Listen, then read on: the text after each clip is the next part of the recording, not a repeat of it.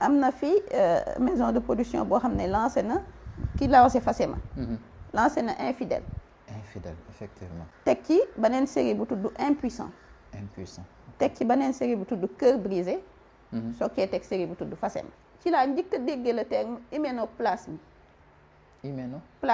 D'accord. fi la ko xam naa ne tamit xale yu jigéen yu bari fa lañ ko xamee. mooy lan.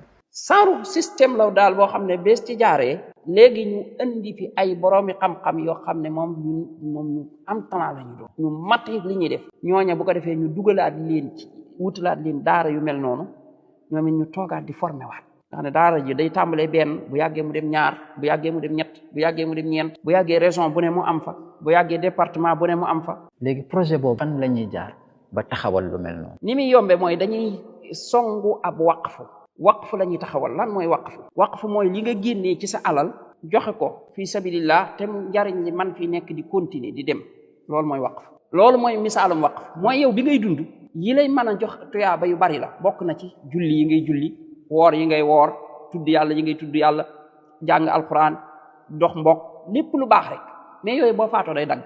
léegi nag lan nga mën a def loo xam ne moom da ngay faatu nag mu di la génne indil ay tuyaaba comme keneen na ko société mbay indile bénéfice mooy def waqf mooy fob ci sa alal ju mën a doon nag nga joxe ko fi sabilillah comme nga joxe ko ci projet bii. man bu ma amoon tey xaalis boo xam ne dama koy def nga xam ne damay xool fa ma gën a indil tuyaaba ci bii laa koy def ci bii. kon mbokku jullit yi yoon a ngi nii bunta ngi nii boo xam ne ñun ñëpp bëgg nañ nekk ay milliardaire yawmal qiyam. képp koo xam ne sa xol bëgg yàlla moo ci nekk ak bëgg yonent bi kooku buñ la ci wooyee moom da nga naan woo nga naar bi ci goxum soow. da ngay ñëw ne ko kay man maa koy njëkki da nga ciy dem ba jeex def ci sa alal def ci sa coona waaye doo ci yam yaay jug di ko campagne. benn jullit bu nekk laa soxla rek mu jël portable am dugg ci compte moo xam Wave la wala Orange Money loo mën yaa xam bu dee mën nga 1000 francs ak loo ko ëpp defal. waaye amaana koo xam ne sax 1000 francs dana bari ci moom. amaana ab 500 la am amaana fukki dërëm bu ko ca xeeb bokkal alaxira kat bu yàlla fay ku bokk rek mu boole la ci. kon aw juróom nga am sax sànnil man dama ne naa ci bokk bay bokkaale gone yu tuuti yi. waaye bul fàttee nag bokkaaleel ñi faatu parce que ñi faatu ndeysaan faatu nañ mais ba léegi yàlla ubbil na leen occasion pour ñu leen di mën a bokkal ci lii. kon gaawal boole ci sa yaay boole ci sa maam boole ci sa nijaay boole képp koo xam ne faatu na rek te nga mën ko cee boole rek booleel ko ci. waaye yow mi nga xam ne nag yàlla ubbil na la ci bunti wërsëg gaawal jël som bu am doole gëmmal moom gaaw sànni ko ci te dem sa yoon. jëlal 2 millions def ci jëlal 3 millions def ci jëlal sa kër def ci jëlal sa pàkk def ci ëllëg àllaaxira ngay xam li nga def lan la. fidèle ami téléspectateur de Fafa TV fu ngeen mën a nekk si àdduna bi ñu ngi leen di ñaanal jàmm ji nga xam ne moom moo bàyyi ko ci suñu boroom nga xam ne saa su nekk si turam la ñuy tàmbalee di ko sant si ay xéewalam yu ñu mënul lim waaye itamit di ko ñaan mu julli si yonentam bi sallallahu alayhi wa sallam ak waa këram ak ay saxaabaam ak képp ku topp seen yoon ba bis penc ñu ngi amaat mbégte bu baax a baax dellu siwaat ak yéen suñu émission bi nga xam ne moom la ñuy wax jàngat nga xam ni dañuy invité ay borom xam-xam ay bés yu nekk tegal leen thème boo xam ne ni dafay amal njëriñ ñëpp ñi nga xam ne ni ñoom ñoo nekk ci penc bi. alors suñu thème mu tey nag bokk na ci muy seetlu nañ lu yàgg li ñuy wax naan yenn série télévisée yi moo xam yi xew ci télé yi wala sax ba ci internet bi. alors série télévisée yooyu ban impact lañ am donc ci société. alors thème boobu noonu am na ay questions yu bari yoo xam ne ni war na ci génn waaye ki nga xam ni moom lañ ci dalal mooy docteur Mariam Khadim Mbacké nga xam ne kenn dootu ko présenté biir Fafa TV moom enseignante chercheur la fële nga xam ne mooy université Amadou Mahtar Mbow bu Diamniadio waaye itamit dafa bokk ci plateforme bi ñuy wax ndeyu askan wi nga xam ne mën nañ wax commission féminine bu ànd sàmm jikko yi moo ko créé mu nekk benn organe boo xam ne dafay am une certaine indépendance nga xam ni moom dafay saytu lépp li nga xam ne ni mooy nekkinu famille ci gàttal moo xam xale ak jigéen famille ci gàttal maanaam saytu seeni jikko maanaam gàttandu yenn mbir yu bari yi nga xam ne ni dina yàq loolu nga xam ne ni moom mooy famille. alors série yooyu nag mu ngi commencé am ay impact yu négatif wax dëgg yàlla ci suñu biir famille et suñu biir société donc de manière générale alors balaa ñuy dugg nag ci biir émission bi dañ koy dalal mu nuyoo ak téléspectateurs yi ñu soog a waxtaan. alors docteur Marième ñu ngi lay dalal biir émission Fafa TV si suñu émission bi nga xam ne moom la ñuy wax jàngat ñu bàyyi la nga nuyoo ak téléspectateurs yi ñu soog a tàmbali. waaleykum salaam wa rahmatullah sëñ Bamba maa ngi lay nuyu yow d'abord ak mboolem ñi nga bokkal jotaayu Fafa TV di nuyu mboolem seen téléspectateur ak fu ñu mënti nekk si àddina di rafetluwaat ñëwaat ak yéen ci beneen waxtaan boo xam ne rek jubluwaay gi yëpp rek mooy yeewu yeete comme on dit ndax suñu rôle la en tant que plateforme Ndeye Askan Wi bu yëngu ci wàllu sensibilisation de la société sur toutes les questions yi nga xam ne day mën a laal la famille de englobante, que ce soit l'homme, la femme ou les enfants, mais famille ci boppam rek de façon générale. macha allah jërëjëf docteur Marième. alors docteur Marième maa ngi koy tudd léegi maanaam suñu thème tey mooy série télévisée yi nga xam ne nii mu ngi xew en tout cas si biir société bi. alors ak ban impact lañ war a am. alors émission bi ñu koy tàmbalee dafa am benn wax boo xam ne sama xel def si ñëw. ndeysaan mooy ki ñuy wax Sidi Lamine Niass yal na ko yàlla dolli yërmande. dafa am benn wax bu mu mësoon wax boo xam ne boobu sax waxaguñu sax série télévisée yi nga xam ne ni ay sénégalais ñoo koy def mais série télévisée yi ñu daan importé nga xam ne moo xam dëkk yu ñu naan ay Mexique en tout cas télénovelas yi voilà mu ne nag jamono dina ñëw maanaam série yi dootuñ ko importé waaye ay nit yi nga xam ne ni fii lañ dëkk biir Sénégal ñoom ñooy joué ay série yi nga xam ne ni day am impact bu négatif ci biir société. alors mu mel ni loolu dafa mel ni waxam jooju mu ngi commencé si di ñëw alors bu yàgg maanaam série yi ñu daan gis yi nga xam ne moom mooy am effet impact négatif mooy télénovelas yooyu waaye kenn waxatul waxu télénovelas waaye ay série yi nga xam ne ni ay sénégalais bon teint ñoo koy jouer ak ay maison de production yi nga xam ne ay sénégalais ñoo ko yor di ko produire alors ñoom nag nee nañ dañuy jàngale. mais on a l'impression que impact bu négatif la gën a kii. alors balaa ñuy dugg toujours ci biir xóotal bëgg nañ nga defal ñu un peu mooy chronologie historique yu série yooyu avant ñuy ñëw ci série yi nga xam ne moom mooy yu bees. waaw dañu nga thème bu am solo thème boo xam ne aussi ñëw na ci jamono parce que léegi li ñuy wax l'information elle est démocratisée. plateforme yi nga xam ne nit ki mën na cee jaare ngir jàllale information dafa yaatu ba nga xamante ne léegi mënatoo tënk sa njaboot encadré leen ci li ñuy xool ak lu ñu dul xool ndax plateforme yi bari na. tout à fait suñ ko askanalee ci série télévisée yi xëy na série télévisée yàgg nay am mais léegi ni plateforme de diffusion yi baree wu ni woon ba ñëpp mën cee jot. bi ñuy gën a nekk xale daan nga gis daan nañ am ay théâtre yoo xam ne ORTS moo ko daan déroulé. effectivement mu nekkoon théâtre yoo xam ne mën ngaa toog ak sa njaboot ngeen seetaan ko ba jóg te kenn du gêné wu kenn du rus te bu ngeen jógee sax dina bàyyi ci sa bopp yow xale bi ko seetaan ay question yu bari yoo xamante ne léeg-léeg nga ñëwaat di koy laaj say waajur lii lan lay signifier lii lan lay signifier. te li ci bëri soo ci jógee am jàngatu dolleeku nga ciy jële kon série télévisée yi noonu la commencé ci suñu paysage audiovisuel mais ñu dem ba seetlu vers les années 2000 particulièrement à partir de 2010 ñu commencé am ay maison de production au niveau national ñu dem ba 2013 amoon nañ benn fonds spécifique bu tudd FONICA boo xamante ne dañ ko jagleel tout ce qui est maison de production pour dooleel seen entreprise parce que gis nañ ne ñi ngi commencé structuré wu ñi ngi commencé am production bu ñuy proposer population sénégalaise et qui nit ñaa ngi ciy commencé gis seen intérêt ñu gis ci plateforme yi léeg-léeg nga gis benn séquence bu ñu dugal même pas 1 heure de temps nga am 1000 vues par exemple donc ñu gis ne mi ngi commencé di intéresser nit ñi moyen la pour yenn entreprise yi ñu utiliser ko comme des canaux de publicité donc mu commencé nekk une entreprise qui tourne donc loolu mooy peut-être cheminement bi nga xamante ne séries télévisées yi jël nañ ko ba léegi mu nekk il y a beaucoup de maisons de production parce que comme Sénégal rek lépp lu dox ñëpp daal ciy dugg. effectivement donc noonu la demee sur le plan chronologie des séries. des séries effectivement donc comme ni nga ko waxee sur le plan donc chronologique. alors li ñu seetlu nag jamono yi nii dafa am série yoo xam ne nii en tout cas moo marqué vraiment donc suñu attention. alors li tax mu marqué suñu attention mooy on a l'impression que dafay am benn impact muy def alors série yi bi ñu si gën a marqué bokk na si li ñuy wax Facema. alors am na aussi beneen série boo xam ne gis naa ko aussi série boo xam ne divorce aussi la tudd. alors am na beneen série tamit boo xam ne aussi mu ngi tudd Kay et Za. alors série yooyu yëpp maanaam dafa mel ni dafa am lu leen benn dénominateur commun. mooy lan maanaam jigéen. maanaam fase ci gàttal. alors que ñun suñu société li ñu xam.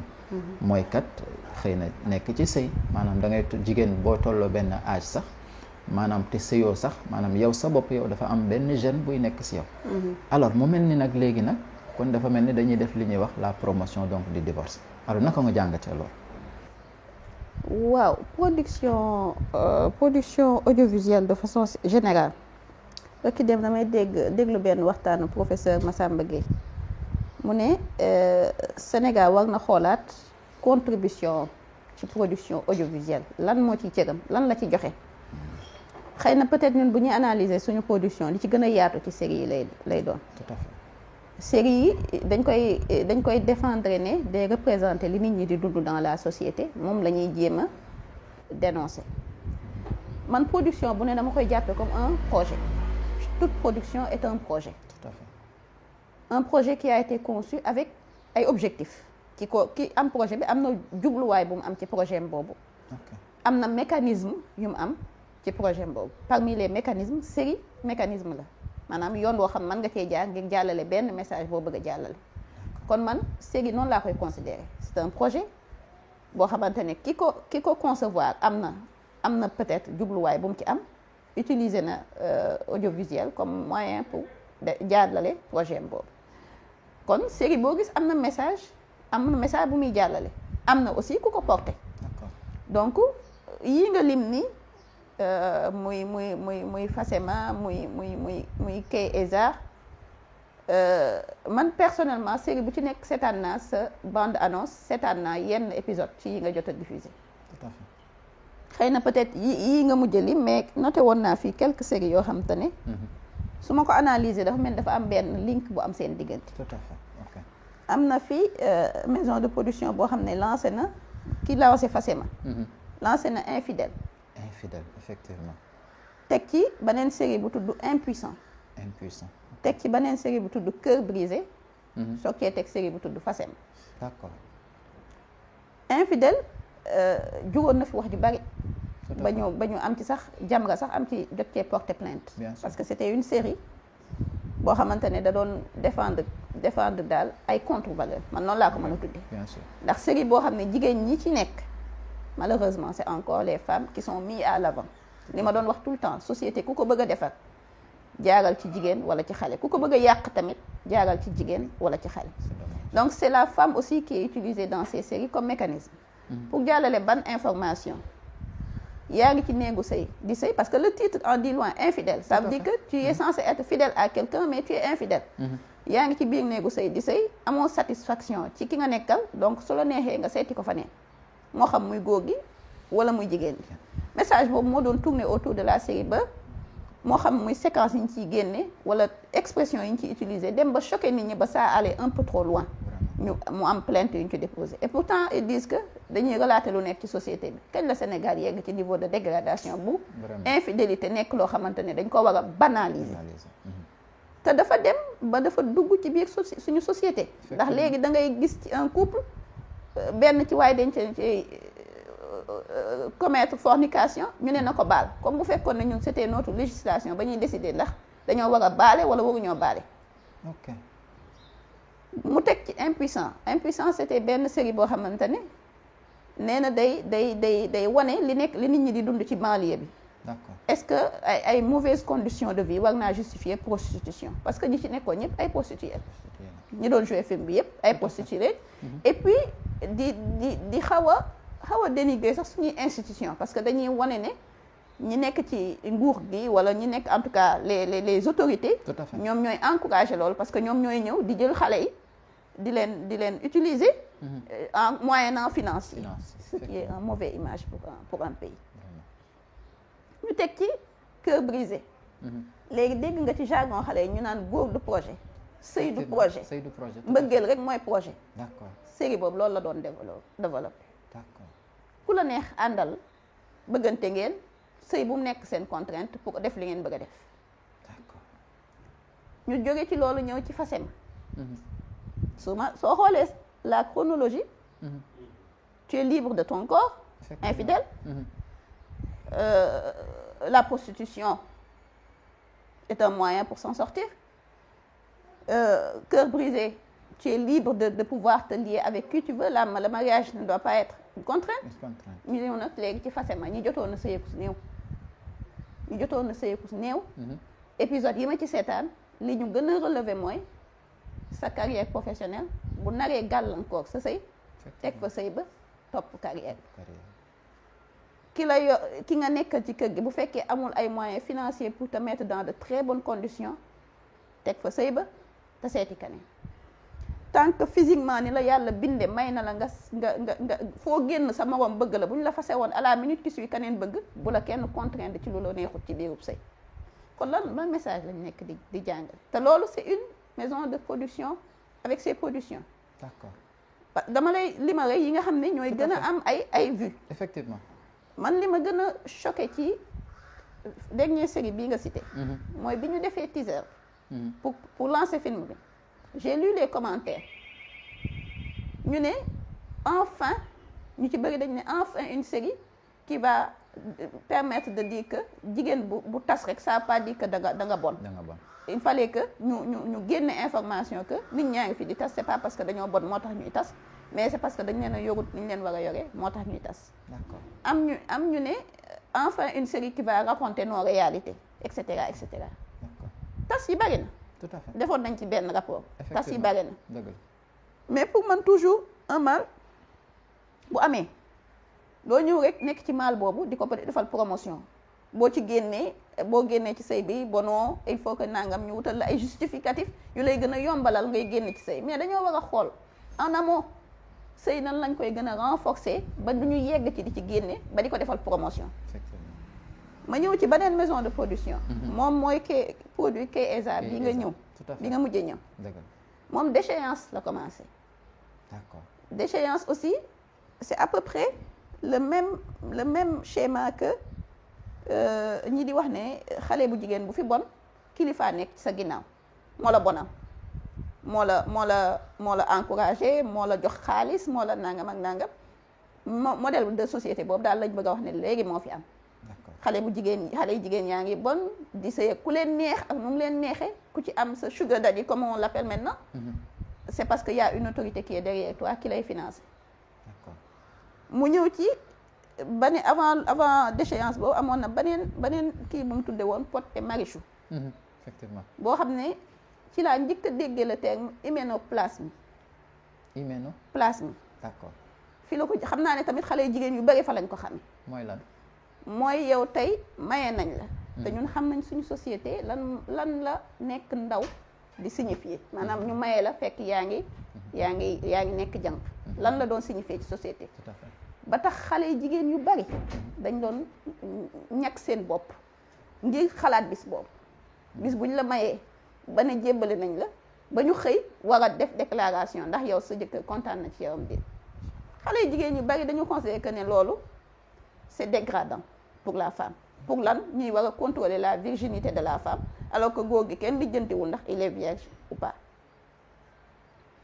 léegi nag ñu daal di indi mécanisme bu bees léegi yow bu fekkente ne dangaa joxe sa bopp ca sa yëgoo léegi mën ngaa fexe ba loolu dañ ci yow nga defaraat ko. d'accord. ba bis boo amee borom kër du xam ne yow mii amoon na ko fi njëkk a jaar. d'accord. falaa ko njëkk a dégg. d'accord. léegi dem na ba da ngay dégg ci théâtre yi ñuy wax ne maye nañ la doo jànq loolu moom nekkatul problème dañ koy lijjanti ndaw moom léegi dañ koy lijjanti. kon lan fan lañ jëm. kenn xamul. te loolu amoon na une grande valeur dans notre société. bien sûr kenn ku nekk ku sëyagutoon doon nga xalaat gàccak nga xëy nga ñu maye la fekk nekkoo jànq te ça nous préservait de beaucoup de choses. tout à fait mais boo xoolee comme on est dans la déconstruction de la sexualité waxoon nañ ko ci suñu émission bee passé lépp lu dugg ci accord de Maputo on est dans la déconstruction de la sexualité. sexualité lan moo tax ñu war a bàyyi ba ne nit ki sëy na mu soog koo am war naa mën a am une vie sexuelle avant de se marier kon on est dans la déconstruction de la sexualité te ba tey am na benn pourcentage valeur bu ndaw bu des ci société bu buy tax kuñ mayee boo sañoon nekk jànq. il faut qu'on trouve d'autres mécanismes donc ñoom ñoo njëkk génne en tout cas man ci sama dégg fa laa ko njëkk a dégg Imenokas. tout à fait ñu indi ñoom encore Keza mooy dernière série bii ñu mujj indi. tout à fait seetaan naa ci quelques épisodes. mais li ma ci gis rek mooy ba tey modèle bi ñu bëgg a décliner moom la mariage di représenter léegi jël nañ mariage def ko une contrainte. tout à fait ba nga xam ne jàpp nañ ne képp ku nekk ci néegu sëy yaa ngi souffrir boo ko waxee ak boo ko waxul yaa ngi souffrir et que léegi sëy c'est une contrainte. te xëy na bu ñu demee ba ci waxtaan bi dinaa la wax ne yii yëpp c'est xëy na peut-être ñun lu bees la ci ñun waaye fa mu jógee du lu bees ci ñoom. lu bees ci ñoom.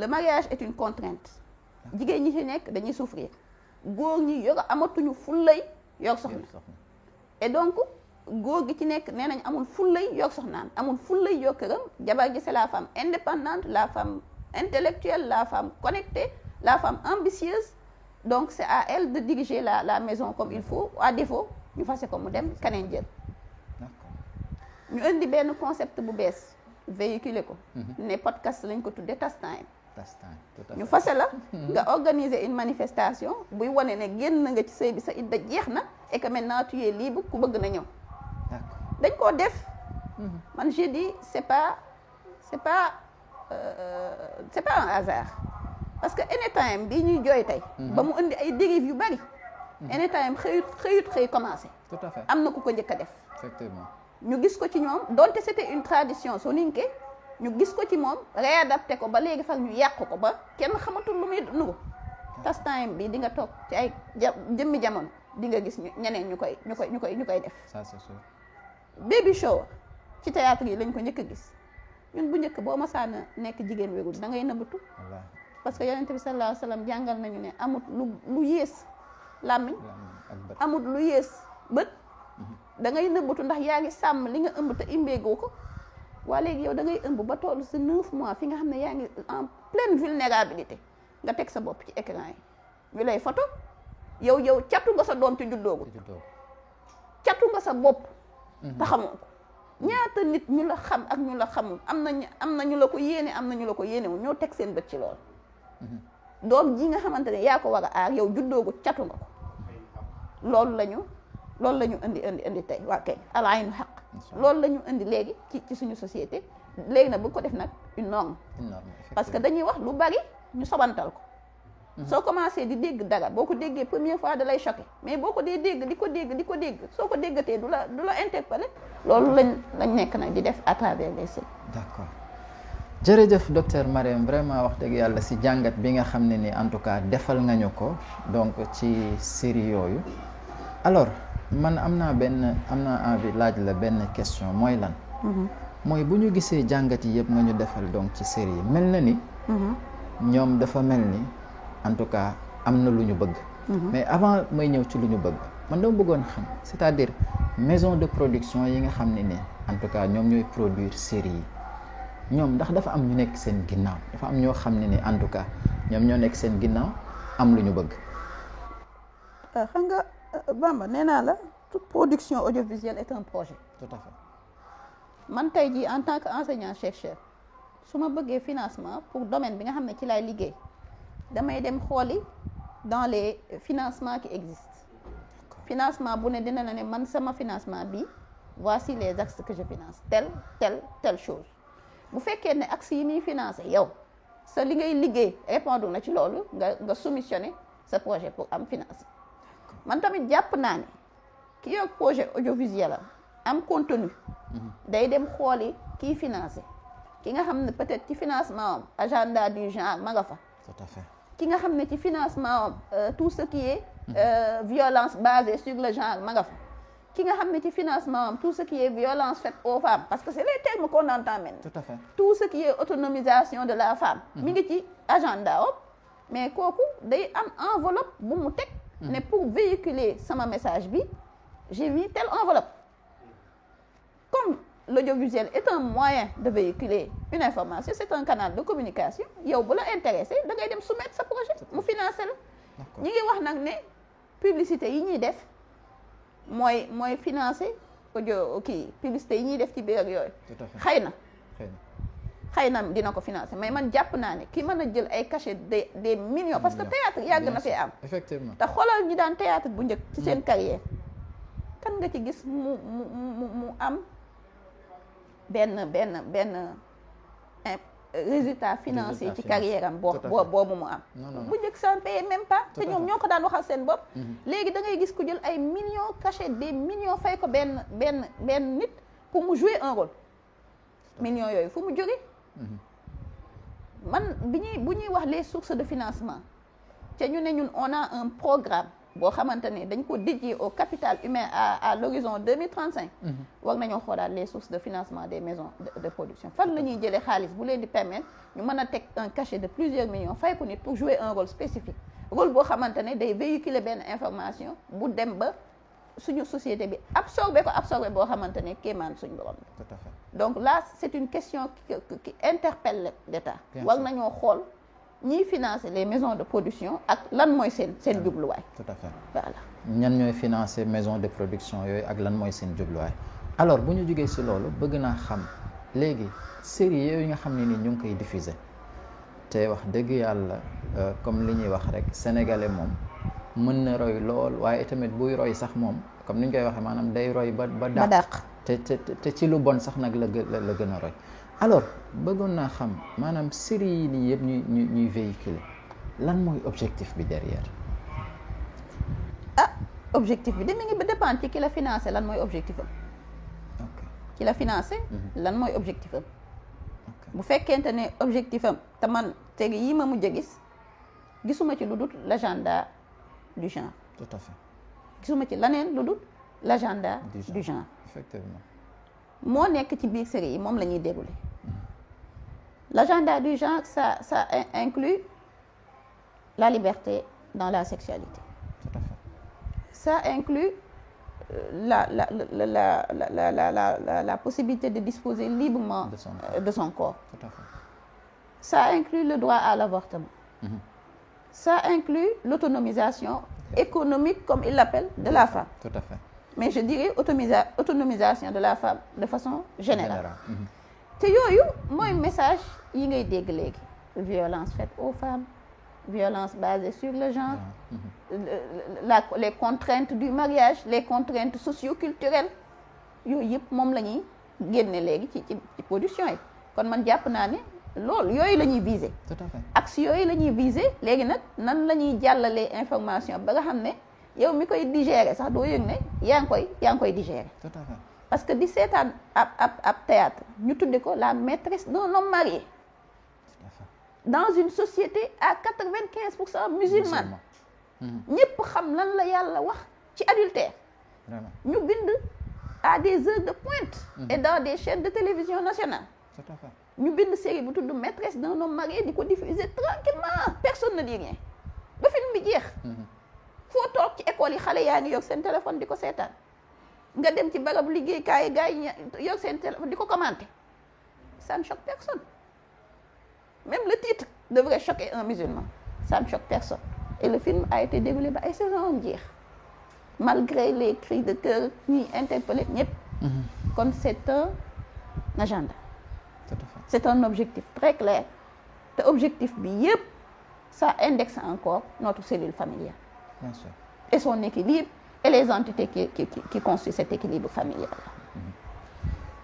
alors ci yooyu nga xam ne ni yaa ngi koy lim yooyu mooy l'agenda du genre l'agenda du moins donc du genre ñoom li nga xam ne ni bëgg nañ ko bokk na ci muy l'autonomisation économique de la femme mais bon de manière générale autonomisation de la femme alors ci série yi nga tudd loolu maanaam am na ci séquence yi nga xam ne wala boog am na ci en tout cas loo xam ne ni ñu ngi koy dérouler mooy lan mooy maanaam yow mi nga xam ne ni yow jigéen nga nekk cadre entre guillemets wala nga am liggéey bu baax, alors su fekkente ni yow jëkkër wala mariage dafa war a nekk sa obstacle, alors yow mariage bi si boppam ngay supprimer, maanaam nga fiy jële.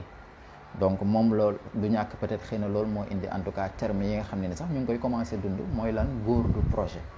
alors est-ce que kon ñoom nekkuñu donc peut-être di atteindre seen objectif sur l'autonomisation de la femme? ok ñi ngi am en tout cas ils gagnent des points sur l'autonomisation de la femme, parce que dem nañ ba léegi boo toogee di wax ne l'autonomisation de la femme n'est pas le message qu'on devait véhiculer, ñu ne la lu la tee démissionner fa ngay liggéey bu fekkee ne tu ne veux pas d'autonomisation de la femme. Mais l'autonomisation de la femme, l'aspect autonome sur le plan financier n'est qu'un aspect. loolu defoon naa ci peut-être benn émission bu yaatu. mais fi may ñëw ak yow mooy xam nga ñu ngi yegg si nañ, maa ngi wax léegi ne la lu ci bëri ça vient de l'agenda du genre, ñun la choqué parce que ñu ngi koy soog a dégg, mais fa mu jóge tout à fait am na chronologie bu mu fa jógee. keroog rek maa ngi ci seetaan seen benn émission bu ngeen ci defoon ak Imam Ndaw, yàlla na ko yàlla yëgal, mu ñëw ci dans les détails. tout à fait c'est les mêmes choses qui reviennent dans les séries. Je vais te donner quelques dates sur ces éléments. tout à fait mi ngi commencé en 1893. 1893 ci la njëkk a génne une loi pour la légalisation de l'adultère. Légalisation de l'adultère. maanaam adultère ci boppam ñu nañ ko légaliser. d'accord parce que comme ñoom tënkoon nañ seen bopp ci benn góor benn soxna. xam nañ ne ni yàlla binde góor xëy na am na néew na ci ñu mën a yem ci benn soxna, donc il faut trouver d'autres alternatives. te boo masaana mooy loi day dal sa kaw. kon il faut que ñu légaliser l'adultère pour que nit ki sañ a nekk ci buumu sëy ba pare dem di mooy. kon ñun tey bu ñu déggee film bu tudd infidèle mu choqué ñu. dañoo xamut fa mu jógee, mais ñi ko fi indi xam nañ ñoom lañ bëgg. d'accord ñu jógee ci loolu même année bi. ci lañ indi li ñuy tuddee la notion de mariage civil. la notion de parce que les socialistes occidentales ont toujours eu benn opposition diggante église ak état. effectivement. comme booba église moo doon porter le mariage, ñu ne léegi nañ fexe ba foqati mariage ci loxoy église. suñ ko indee ñun suñu contexte mooy nañ fexe ba foqati sëy ci loxoy imam yi. bu ko defee yow tey imam boo toogee ci jàkka ji mayee ñaari nit ñu sëy, sa mayee boobu tant que ñoom demuñu ci mairie ba signé fa certificat de mariage, mayee boobu amul valeur aux yeux de la loi. ñu ne léegi nañu indi mariage civil pour désacraliser lépp lu jëm ci procédure mariage selon ni ko diine gisee. daje naa yow ci mbedd mi bëggante nañ, ay problème mu seede ak ay problème mu kii, xëy na peut-être booy dem mariage civil dinañ la demander des témoins. tout à fait mais ay problème mu kilifaak sama kilifa il faut mu maye ma, surtout ku jigéen ki. ça ne se pose plus. andi sa ñaari témoins yow jigéen gi, moom ku góor ki indi na ñaari témoins, mettez-vous devant l'agent municipal, sëy ba takk na. donc préalable yi daan am yépp ci gëstu nit ki ba xam ko, xam fu mu jógee, xam ko ay mbokkam, xam nangam ak nangam ak nangam, jikko yi critères yi listaan teg yépp ci ni ñuy tànnee borom kër wala ni ñuy tànnee soxna, ba fuwee nañ ko ba ñu nee nañ indi le mariage civil, génne mariage ci loxoy diine. loolu c'était en 1893. kon ñun tey bu ñëwee fii ci suñu législation yi mariage civil nekk une obligation. colon bi ba muy dem xamoon na li mu bëgg. demut daa tuxu rek mais demut. d'accord. ñu jógee ci loolu. ñu ñëw vers les années 1896 ba tey. 1896.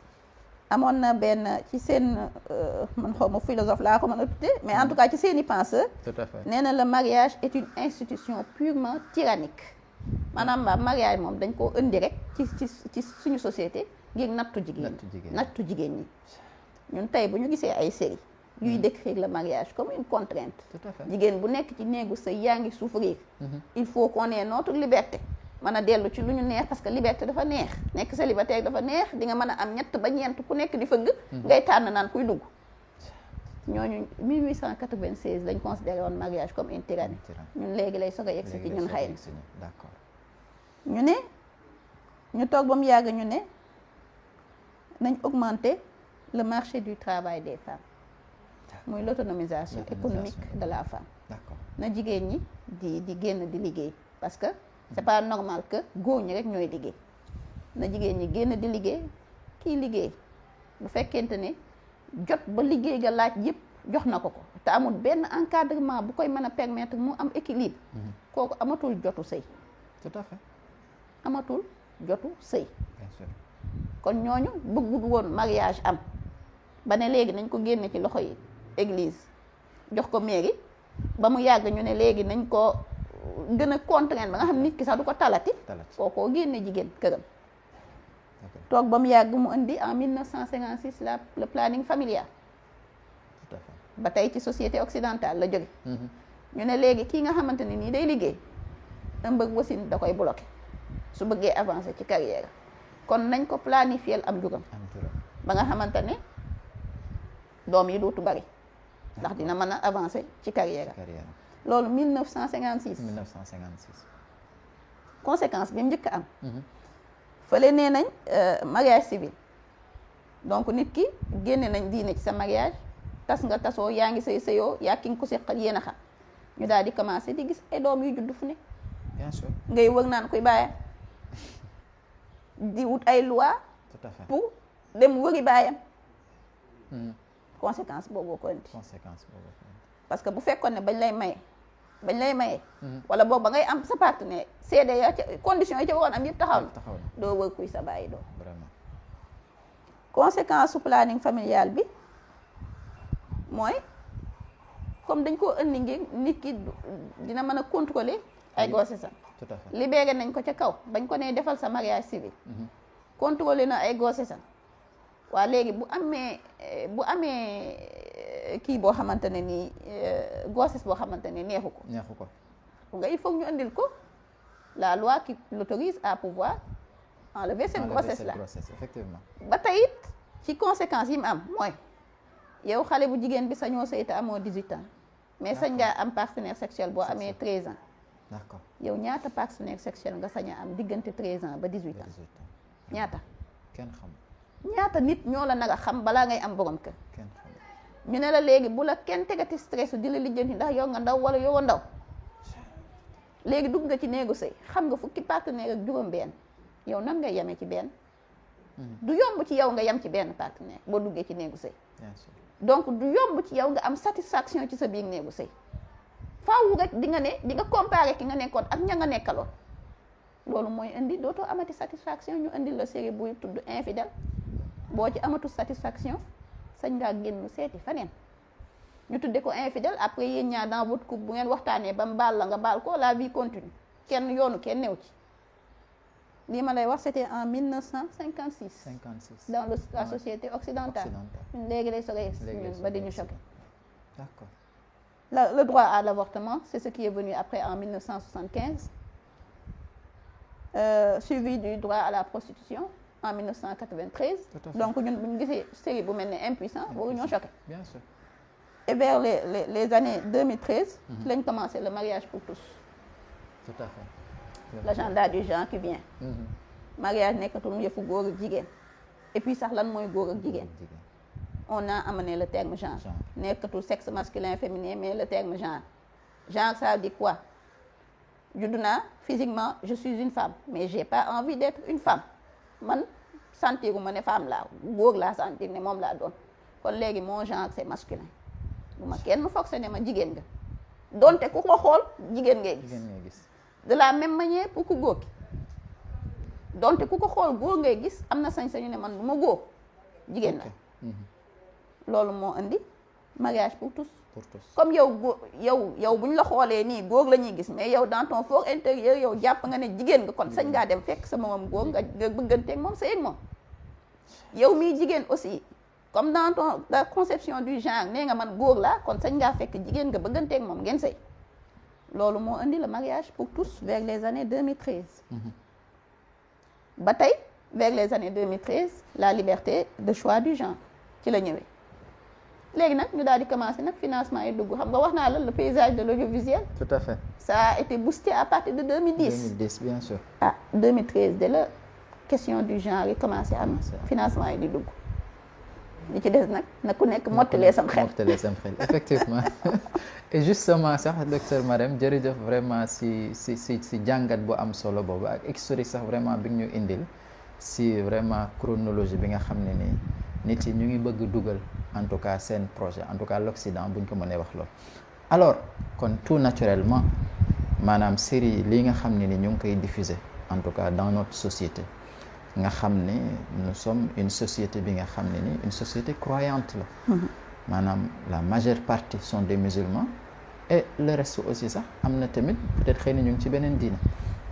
Alors kon série yooyu mën nañ wax léegi donc ban impact maanaam ban impact donc la war a am série yooyu noonu ci suñu société. impact bi de yaakaar naa ko xool gis ko li ñu ne lu ne fàng kenn du ko jeex. Tout à fait. léegi Sénégal dem nañ ba yaakaar naa dañoo jël jigéen def ko ni mën naa ko méngaleeg sax sama téléphone portable bi da nga koy wutal blindé bu tax du gaaw a toj. wutal ko habillage ci ginnaaw wutal ko lii wutal ko laa maanaam maquillé ko ba nga xam ne buñ ko démonté woon. buñ tegee ki ñu monté ak ki ñu démonté da nga naan ndax même nit bi la jël nañ jigéen def ko objet. te boo koy dénoncé ñu ne elle est contre les femmes. kan moo gën a contre femme ki jël femme def ko objet. parce que xam nañ ne femme mooy le socle de la famille soo ko yàqee rek famille moom dootu fa amati donc conséquence bi njëkk am et puis c'est ce qui était visé comme objectif. parce que nee naa la c'est un projet ça a des objectifs les objectifs doivent aboutir à des impacts. ban impact la am ci société xam naa ñi financé moom kontaan nañ. parce que impact moom am na ko ci société. effectivement tey jii koo mayee ñaari fan ñett. nga dégg ñu ne sëy ba tas na bu njëkk da nga daan tas di ko nëbb léegi ñu ne la tas time waneel ñépp ne tas nga ndax ku lamb yaa tey daagul fañ la nobi foofu la société bi toll ci wàllu impact bi nga xamante ni série yi ñuy déroulé am na ko bu njëkk man toog naa ci TikTok gis ku ñu ëmbal te nekkul ci sëy mu ne sama doom ji dama cee fier di filmer boppam donc ñu biiral la te amoo borom kër nekkatul honte te bu njëkk taan na tax nit dugg ci teen nekkatul honte kenn amatu ci kersa boo waxee ñu ne sëru dënk la kër goo dem fekk ko fa yal nañu yàlla musal ci boobu sëru dënk donc en fait déconstruction ci lañ nekk fexe ba lu bon du choqué ti kenn da nga koy dégg ça va de soi quoi c'est pas la première fois. Tout à fait. La notion d'autonomisation bi ñu indil yow tu es une femme indépendante tu as les moyens de te prendre en charge googu la yor nga yor sa bopp ku la yorul nga yor sa bopp kon bu la kenn tënkati ci kilifteef. ba tey muy indi li ma doon wax ci le patriarcat na fi jóge une société boo xam ne góor moo koy diriger na fi jóge. C'est vraiment dommage que en fait ñun moo xam ñun en tant que citoyen mais nos autorités aussi amuñu lecture boobu ci fi suñu société bi nekk di dem. Tout à fait surtout. émission bi ma lay wax ne la professeur Massamba Gueye def na ko. wax na ci lu am solo dana nit jikko. te jikko boo ko tasee lu mu lay jox ji ak ko jikko. Tout à fait jikko loo fa jiwut doo ko fa fekk. Génération bi ñuy plaindre ci ni ñu mel.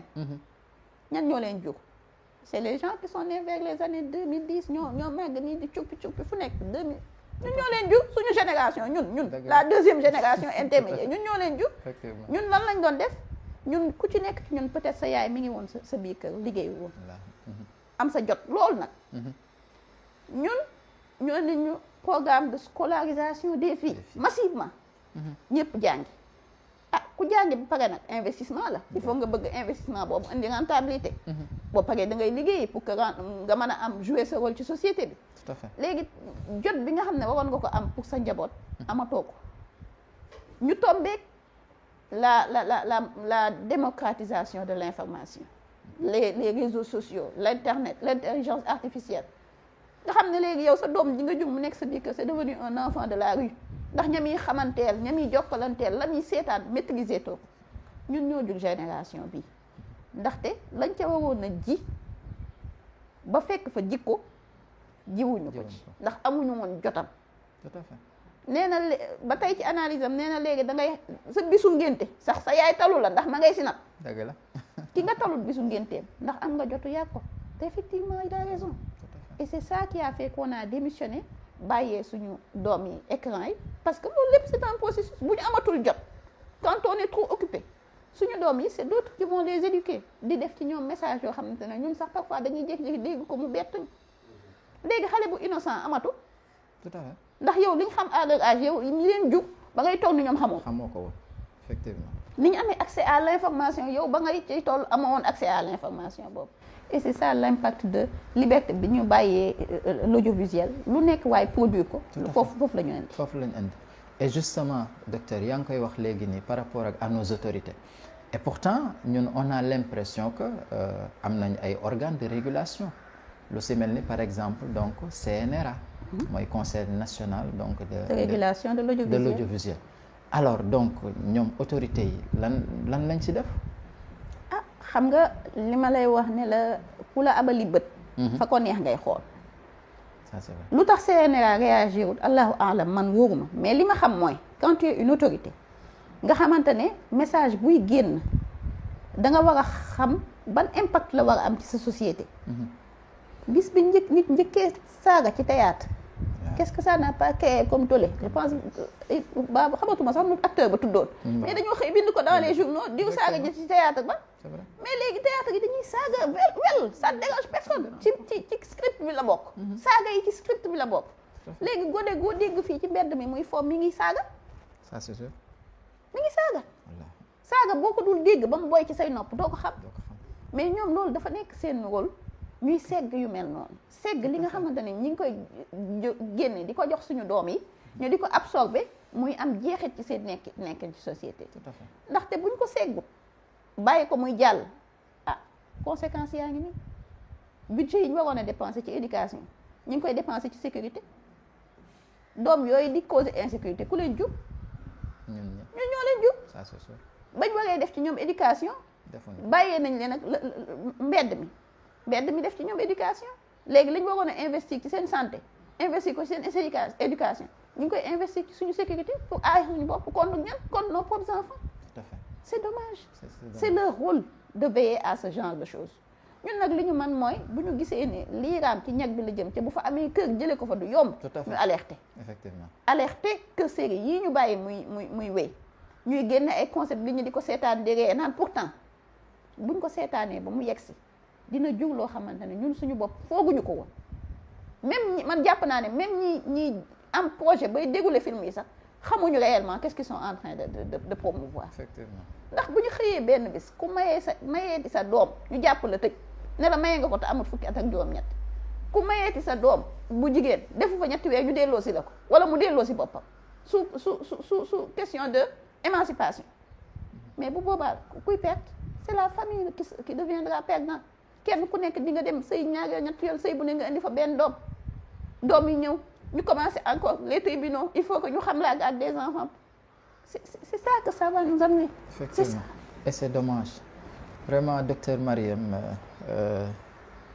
commentaire yi nga xam ne ni yaa ngi koy def ak analyse am na solo et j'espère wax dëgg yàlla téléspectateurs yi nga xam ne ñoom ñoo ñuy seetaan ñu ngi siy jëriñu alors ñu ngi yegg si sax bu ma ko mënee wax suñu cappaandawu émission waaye tamit tout à l'heure bi ma lay présenté wax naa ne bokk nga ci plateforme donc ndeyu askan wi alors ndeyu askan wi maanaam commission féminine bu ànd sàmm jikko yi moo ko créé nga xam ne yéen seen rôle yaa ngi koy wax léegi ni mooy alerter ci mbir yi nga xam ne ni dafay am un impact donc négatif sur la société alors yéen au-delà des autorités parce que aussi am na loo xam ne ni lu bari autorités yi ñoom la waroon peut-être xëy na ñoom en tout cas joué ñu peut-être trop seen participation en tout cas sentiruñ ko alors yéen ñi nga xam ne ni yéenay ndeyu askan wi alors ndax yéen da ngeen am plan d'action bi nga xam ne ni moom ngeen bëgg tëral pour wax dëgg yàlla valeur yooyu nga xam ne ni moom lañ xamoon mu dellusiwaat ba série yi nar ko yàq. En fait ndeyu askan wi comme ni nga ko waxee léegi c'est un démembrement de ànd sàmm jikko yi donc c'est la commission féminine de ànd sàmm jikko yi moo créé une structure autonome la plateforme ndeyu askan wi. D'accord. parce que dañoo gisoon ne les questions qui concernent essentiellement la famille et l'enfance n'étaient pas tellement prises en charge vu les domaines d'activité de And Sàmm Jikko Yi. Les questions yooyu nga xam c'est très pointu et il y a des enjeux cruciaux ñi ngi ci am xëy na peut-être dañ ko doon brosser et il était temps de les prendre en charge de façon spécifique loolu moo indi Ndeye Askan Wi. Macha Allah. te man comme ni ko suñu responsable communication di faree di waxee Ndeye Askan Wi plan d'action am alxuraan ak sunna la. Macha Allah. ndax defuñu dara. wala waxuñu dara lu génn alxuraan ak sunna. Macha Allah. te aussi ku am alxuraan Yonent bi sallallahu alayhi wa sallam ñëw ak ay hadisam. yaakaar naa nooy dundee ak sa famille soxlaatoo ku la ci génneel plan d'action bu bees. D'accord. je salue nag l'initiative bi nga xamante ne ministre de l'éducation nationale def na ko muy indi programme bu tudd Nité. Si je reviens un peu sur la définition je pense que c'est nouvelle initiative pour la transformation humaniste de l'éducation. Mu ne cette approche novatrice qui sera mise en œuvre immédiatement vise à former d'ici 2035 des citoyens profondément ancrés dans les valeurs africaines et spirituelles. dafa jotoon école Jules Ferry bi nga xam ne ñi ñu ku indil toppal naa la seen chronologie seen yitte ci njaboot. Effectivement. fi mu commencé ba fi mu toll. te boo xoolee li ñuy jàngal ci école yooyu li ci bari ça nous fait perdre du temps ça nous fait nous détourner de nos objectifs. te xale bi nga xamante ne mi ngi jóge këram 8 heures te bala moo dugg si waat ci kër waajuram 17 heures ki ko téye diggante 8 heures ba 17 heures lu mu bëgg a def ci moom mën na ko cee def. kon c'est important ñu utiliser suñu système éducatif bi comme des moyens non pas pour enseigner mais aussi pour éduquer. Donc je salue l'initiative que ñu xam ne dañoo am ay valeurs yoo xam ne ñun ñoo jàpp ne dafa xeewi ba tax ñu bëgg ko sàggane. mais am na ñum jaral fay prof Massamba Gueye wax na ko keroog nee na moom dañ koo fay pour mu de jël ay léeb africaine. Tout à fait. traduire leen ko. pour ñoom ñu di ko tegal seeni doom pour ñu retrouver un peu d'humanisme. ñun pendant ce temps ñu am loolu. considérer que ne dafa xeewi ba gisatoo sax maam ju gudd fan bay toog di léebal sëtam wala doom ju ñëw naan yaay léebal ma déggatoo ko te xamuñu ko sax xamuñu ko donc initiative bu mel noonu man dama koy saluer. Macha Allah. mais ñun suñu moyen bi gën a efficace parce que Ndeye Askan Wi jigéen ñi ci nekk ñu ci bëri ay jàngalekat lañ ay ndey daara lañ. Macha Allah. daara pour man c'est la solution. C'est la solution pour régler ce problème. te ñu ngi jël nag daara bëgg koo takkal ay étiquette jàpp ne xale bu fi nekk enfant de la rue ci daara la jóge askanalee ko daara. la ma la waxoon keroog nañ xool ñi daara produire lan lañ fi def. ak ñi Jules Ferry produire lan lañ fi def. Vraiment wax dëgg yàlla. kenn en fait les résultats parlent d'elles-mêmes. maa ngi di nga jàng ba am sa diplôme d'ingénieur ñu recruter la que la recruter di la fay ci daara ja la jóge. Tout à fait. donc nañ xool li fi daara def ak li fi Jules Ferry def buñ ko gam-gamlee les résultats parleront. te daara li mu am lu puissant mooy li tax aussi bëgguñu mu jebbi mooy bu jebbee l'industrie de la brasserie duut fi am place mooy ñuy def ak bière duut ñu fi am place ndax nit ku mat capital humain bu ñu soxla bu ñu ko produire kooku soxlawul naan ngir fàtte ay problème am. L'industrie du tabac va disparaître et tout ce qui tourne autour de lu ñuy tux ak lu ci aju parce que nit ku mat ki daara di defar soxlawul tux ngir fàtte ay problème am. beneen industrie bi disparaître mooy industrie musicale soxlawul déglu musique bu kenn pour fàtte ay problème am ñooñu nag lu mu jaral daara leen ko jaral ngir li daara bëgg bañ a taxaw parce que bu taxawee du leen arranger kon Ndeye Askan Wi solution bi muy proposé mooy daara yi nga xam ne ñi ngi fi nekk di jàngale di yar di teg nit ki ci ay valeurs et puis di ko jàngal l'autonomie bi nga xam ne moom lañ soxla ci doomu aadama ba bu génnee bu ko état recruter mu liggéey bu ko état recruter wul mu créer ay structure bay recruter loolu la daara di former parce que da lay jàngal dès le bas âge yow nan ngay xoole benn problématique réfléchir en toi-même ba wutal ko solution te loolu mooy indi entrepreneuriat tout à fait. ki créé entreprise dafa gis benn problématique analyser ko wut type solution mettre ko en place. doomu daara bi nga génne añ jot nga ne ko wuti loo añe tout à fait. kooku bis bu toogee xiif du nekk problème xiif du ko tax a jël lu moomu nu bu ma xiifee nu may def ba lekk du am keek sak génn dox ay kilomètres daj coona ngir am lu mu lekk légalement. Tout à fait. kooku jàngal nga ko déjà se débrouiller pour sortir d'une situation sans avoir à faire des choses qui ne sont pas légales. boobu produit la daara di génne léegi ñu bëgg a jël nag daara ak ay sëriñ daara takkal leen ay pot lu négatif ci dëkk bi ñu askanale leen ko lu négatif ci xale yi nekk ci mbedd mi ñu askane leen ko te xale yi nekk ci mbedd mi lu leen yóbbu ci mbedd mi au contraire daara dafa nekk solution pour génne leen ci mbedd mi bu fekkoon ne financement yi ñuy jël di ko jox les écoles de Jules Ferry ñu ngi koy jël di ko jox les daara ba ñu mën a structuré wu ba mën a gérer xale yi comme ni ñu leen war a gérer yaakaar naa kon liñ ñu jooy ci ñoom duñ ko gis.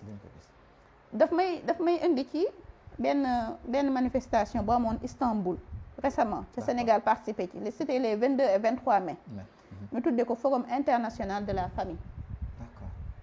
Sénégal participé na ci à travers notre ministère de la famille. Macha Allah, ok. Turquie dañoo seetlu ne ñoom seen taux de natalité dafa commencé wàññeeku.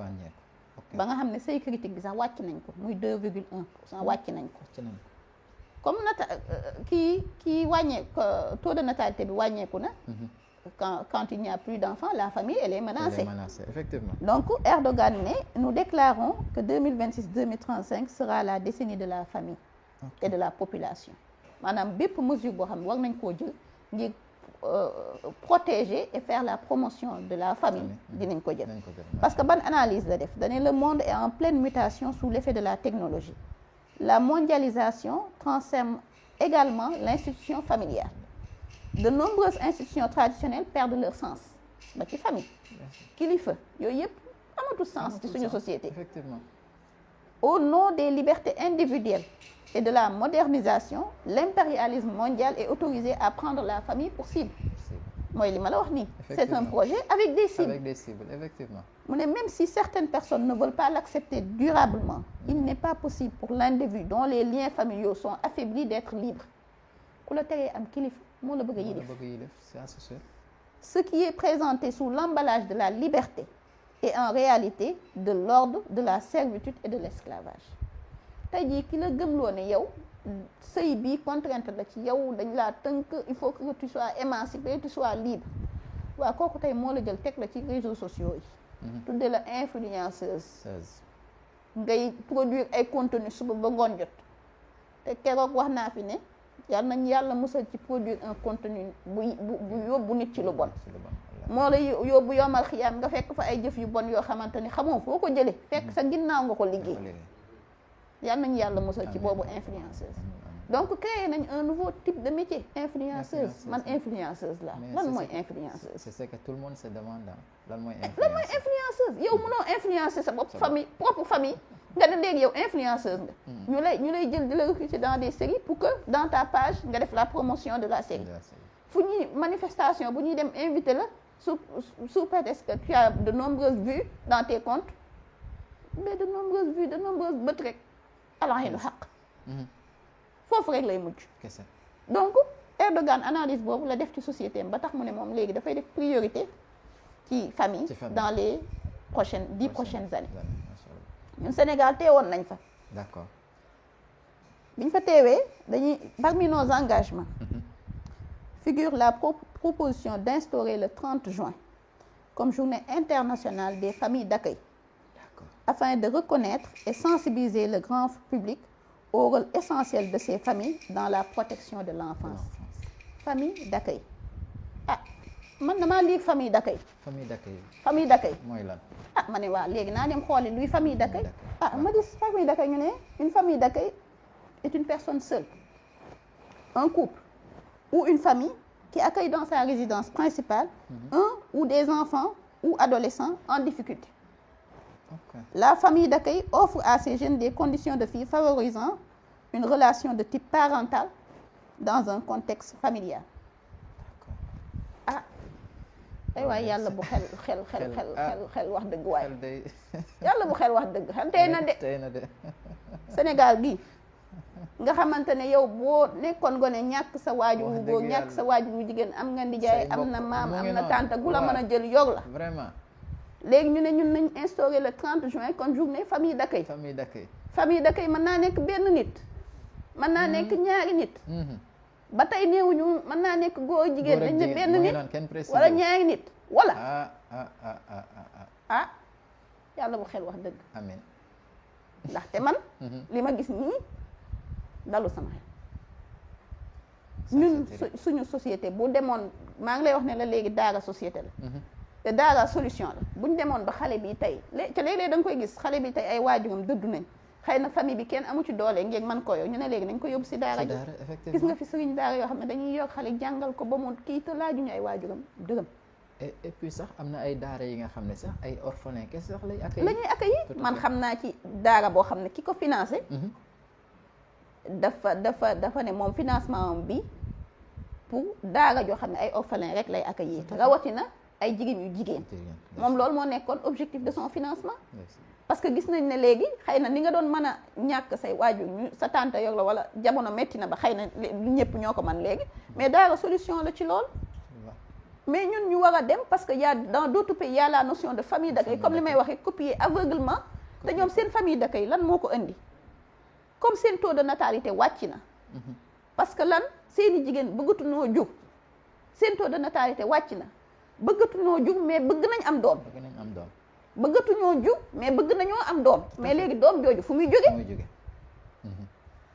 ñu daal di indi la procréation assistée gestation pour autrui fay nga nit mu ëmbal la wasin jox la doom bi léegi nag ñun naïf que nous sommes ñu ne léegi ñun dañuy jël la notion de famille d'accueil boobu indi ko ci suñu société ñu daal di xool nag te nañ dem li ma lay wax nii dinañ ko gis ci kanam parce que amoon na fi ba Covid ñëwee lu njëkk a def ne xale yi taalibe yi di nekk ci mbedd mi buub ñëpp ba dem ci ay daara sax di fa génne ay xale di génne buub gone yëpp ne dañ leen di yóbbu dans des maisons d'accueil waaw léegi fu ñuy jëm gone gi nga xamante ne nii waajuram dundut ñu jël ko dénk ko daara mu génn di yalwaani lu mu lekk nga ne léegi enfant abandonné nañ ko placé dans famille d'accueil ku koy recueillir kan moo koy recueillir benn famille monoparentale wala koo xamante ne nii nee na genre la genre famille genre foofu lañ jëm de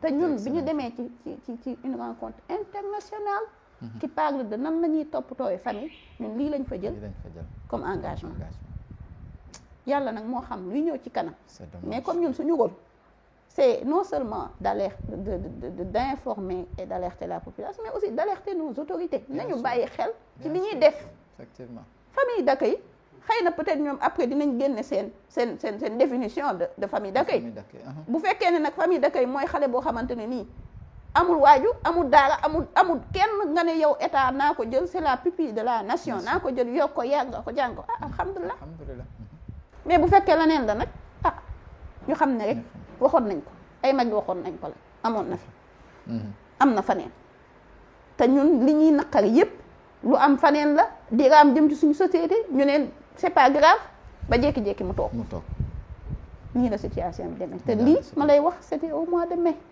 dans une rencontre internationale où on réfléchissait à comment sauver la famille ñun loolu moo fay suñu engagement en Turquie loolu mooy l'engagement du Sénégal c'est dommage léegi nag ku nekk nga yokk sa xel rek di jàng tout à fait chacun est libre de xalaat jërëjëf docteur Marième wax dëgg yàlla am nañ mbégte lool vraiment donc ci émission bi analyse yi nga xam ne en tout cas apporté nga ko ñu ngi ñaan wax dëgg yàlla lépp liñ fi waxtaanee donc mu jur njëriñ xam naa bu fekkente ni amatoo dara loo si dolli rek dañ lay bàyyi en tout cas joxaat kàddu gi nga tëjal ñu suñu émission ak leneen li nga xam ne ni am nga ko comme kàddu gu mujj. waaw man dama leen di remercier parce que Ndeye Askan Wi bëgg nañ di jot li seen message ci sénégalais yi. tout à fait. ngir dara bañ ñoo bett wala ngir kenn ku nekk nga fàggu ndax kullukum raa'in kenn ku nekk nga fàggu ci sa njaboot xam ne sag mbaax ba jóge fi doyut mu dugal la àjjana, ndax danañ la laaj sa njaboot gii nga fi bàyyi noo leen téyee woon ak ci yan loxo nga leen bàyyi. kenn ku nekk bu jàngatee noonu njabootam jàpp ne lii ak ndénkaan la ngoo xamante ne ëllëg a ngi si biir man ak lu sama dossier baax bu fekkente ne defuma ci sama dossier njaboot li ma ci waroon a def ba mu baax, sama dossier njaboot googu mën na maa téye ba sama dossier dootu jàll. bu ko kenn ku nekk xamee noonu, kenn ku nekk di nga jël sa njaboot def ko yitte.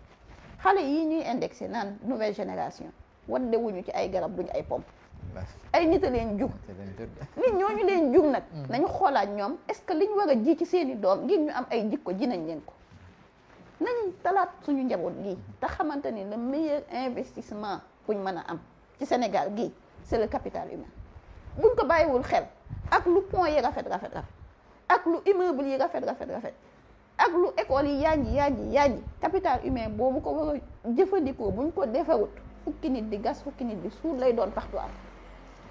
lii daal mooy li nga xamante ne amoon nañ ko pour partager ko ak seen suñu mbokk téléspectateurs yépp ñu xam ne daal série yii di daw suñu autorité yi chargé de régulation de l'audiovisuel war nañ cee taxaw, parce que c'est des séries qui déconstruisent la sacralité de la famille. lépp luñ ci véhiculer ça déconstruit la sacralité de la famille. te nag famille buñ ko xasee ba yàq jaratul ñuy sonn ndax luñ fi mënti defarit day yàqu.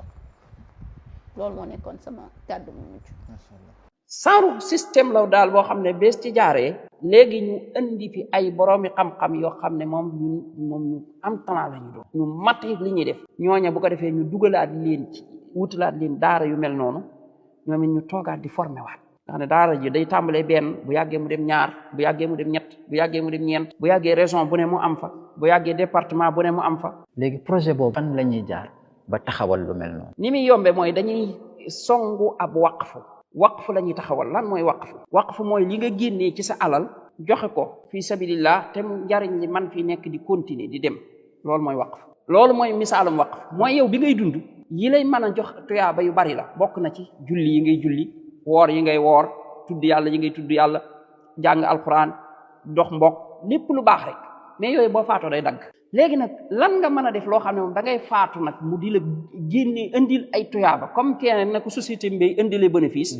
mooy def waqf, mooy fob ci sa alal ju mën a doon nag nga joxe ko fi sabilillah. comme nga joxe ko ci projet bii. man bu ma amoon tey xaalis boo xam ne dama koy def nga xam ne damay xool fa ma gën a indil tuyaaba ci bii laa koy def ci bii. kon mbokku jullit yi yoon a ngi nii bunta ngi nii boo xam ne ñun ñëpp bëgg nañ nekk ay milliardaire yawmal qiyam. képp koo xam ne sa xol bëgg yàlla moo ci nekk ak bëgg yonent bi, kooku buñ la ci wooyee moom da nga naan woo nga naar bi ci goxum soow. da ngay ñëw ne ko kay man maa koy njëkk. da nga ciy dem ba jeex, def ci sa alal, def ci sa coona, waaye doo ci yam yaay jug di ko campagne. benn jullit bu nekk laa soxla rek mu jël portable am dugg ci compte moo xam Wave la wala Orange Money, loo mën yaa xam, bu dee mën nga 1000 francs ak lu ko ëpp defal. waaye amaana koo xam ne sax 1000 francs dana bari ci moom. amaana ab 500 la am, amaana fukki dërëm, bu ko ca xeeb. bokkal alaxira kat bu yàlla fay ku bokk rek mu boole la ci. kon aw juróom nga am sax sànnil. man dama ne naa ci bokk bay bokkaale gone yu tuuti yi. waaye bul fàttee nag bokkaaleel ñi faatu, parce que ñi faatu ndeysaan faatu nañ, mais ba léegi yàlla ubbil na leen occasion pour ñu leen di mën a bokkal ci lii. kon gaawal boole ci sa yaay, boole ci sa maam, boole ci sa nijaay, boole képp koo xam ne faatu na rek te nga mën ko cee boole rek booleel ko ci. waaye yow mi nga xam ne nag yàlla ubbil na la ci bunti wërsëg, gaawal jël som bu am doole gëmmal moom gaaw sànni ko ci te dem sa yoon. jëlal 2 millions def ci, jëlal 3 millions def ci, jëlal sa kër def ci, jëlal sa pàkk def ci. ëllëg àllaaxira ngay xam li nga def lan la. qul maa inda Allahi xayrun mina al-lahwi wa mina at-tijaara